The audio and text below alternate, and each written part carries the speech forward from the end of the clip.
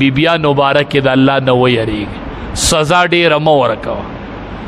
جرم یې څومره دی د هغې جرم مناسب سزا بیبي له ورکوه، خو د جرم نه زیاته سزا ګورې بیبي له مه ورکوه. دی وایي زما نه به یې څوک تپوس وکړي، ما نه یې پلار تپوس کولی شي، ما نه یې رور تپوس کولی شي. زه هم د پلار او د رور نه یې مه یېرېږي چې پلار به یې تپوس وکړي او رور به یې تپوس، خو یوه غټه تله به الله لګي، هلته به الله تپوس کوي. ګورې دا چې د چا د تپوس څوک نه وي د دې بنده نه یېرېږه، د ده تپوس الله کوي بیا ښه. او چې دا تپوس تر نه کوي د ده نه مه یېرېږه، دغو تپوس وکړو جو خبره ختمه شوه، دنیا کې در نه تپوس وکړو. خدا چې تپوس نه کوي د ده تپوس په الله کوي. نو هسې نه د بیبي جرم دې م وتلل شي او ورسره ستا د سزا م وتلل شي، او دا پې ډېره ونه خیږي. ګورئ بیا به ذموار ذموار سم خیال دی. بعضې خاوندان داسې وي چې بیبي له دومره سخته سزا ورکړي، دومره ظلم بیبي سره وکړي، لاس او خپه ورله مات کړي، وینه پکې وټکېږي او د مخ ګونه وله بدل کړي. دا سزا ده که نو چې دا سزا الله وتلي چې دا سزا دې ورکړې ده. ښه ګناه یې څه وه؟ ګناه یې دا وه چې په سالن کې ترې مالګه سیوا شوې وه. ښه په سالن کې مالګه سیوا شوه نو د هغې دا سزا وه. هیر ترې نه وشول نو د هغې سزا دا شوله. سالن کې ترې لږ نقصان راغی، بنده دی، مالګه سیوا شوله یا مالګه کمه شوله، ښه د دې سزا دا وه. دا دومره جرم و ستا نه به اوس دی بیبي له حق ورکوي او اوس به در نه دا بیبي مطالبه کوي.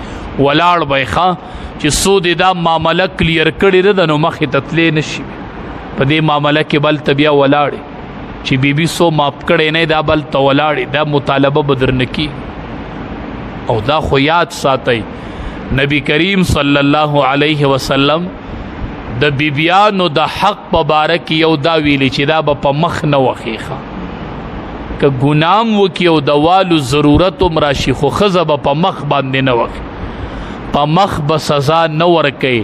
دا د بیبي په حقونو کې یو حق دا دی چې په مخ به بیبي نه وکړي، په مخ به ښځې له سزا نه ورکوي، ښه په دې نه به سزا نه ورکوي. او دی چې ګزار ورکوي نو مخ لی ورله راپرېږدي. اتقوا الله فی ما ملکت ایمانکم. کاش چې مونږ ته یاد وي چې نبی علیہ السلام د دنیا نه ته نو مونږ ته دوه خبرې پرېښودې دي، یو د منځ به اهتمام کوئ، یو به د ماتختو خلقو سره ښه سلوک کوئ. دا دوه خبرې مونږ ته امام الانبیا پرېښودې دي. نن منځ کې هم کمی کوتاهي شروع ده، نن د ماتخت خلقو سره بد سلوکي شروع ده، بد مزاجي شروع ده. ګورئ د نبی کریم صلی الله علیه وسلم عادت ده چې چا به له سسیس پوخ نوکر غلام به سسیس پوخ کو به رضان سره کېنه وی راشه وخورت. او دا حدیث هم دی چې تا له څوک سسیس پوخ کی نو یا خو د ځان سره کېنه وی خوره پې، او که د ځان سره نه کېنه نو لږ تې هغه له ورکوی دا وخوره. دا چې هغه پخو د هغه د وجود نه پې خولي بیدلي او هغه هلته د ده چوکیداري کې دی ټول وخوري او هغه وږې پاتې شي. نه په دې د هغه نه خوله بیدلې ده، یوه نوڼی وله ترې ورکه، دوه نوڼی وله ترې ورکه، د ځان سره یې کېنوه چې نوڼی دوه ستا سره وخوري. په دې ستا برکت نه کمیږي، ښه په دې ستا عزت نه کمیږي، په دې به د عزت او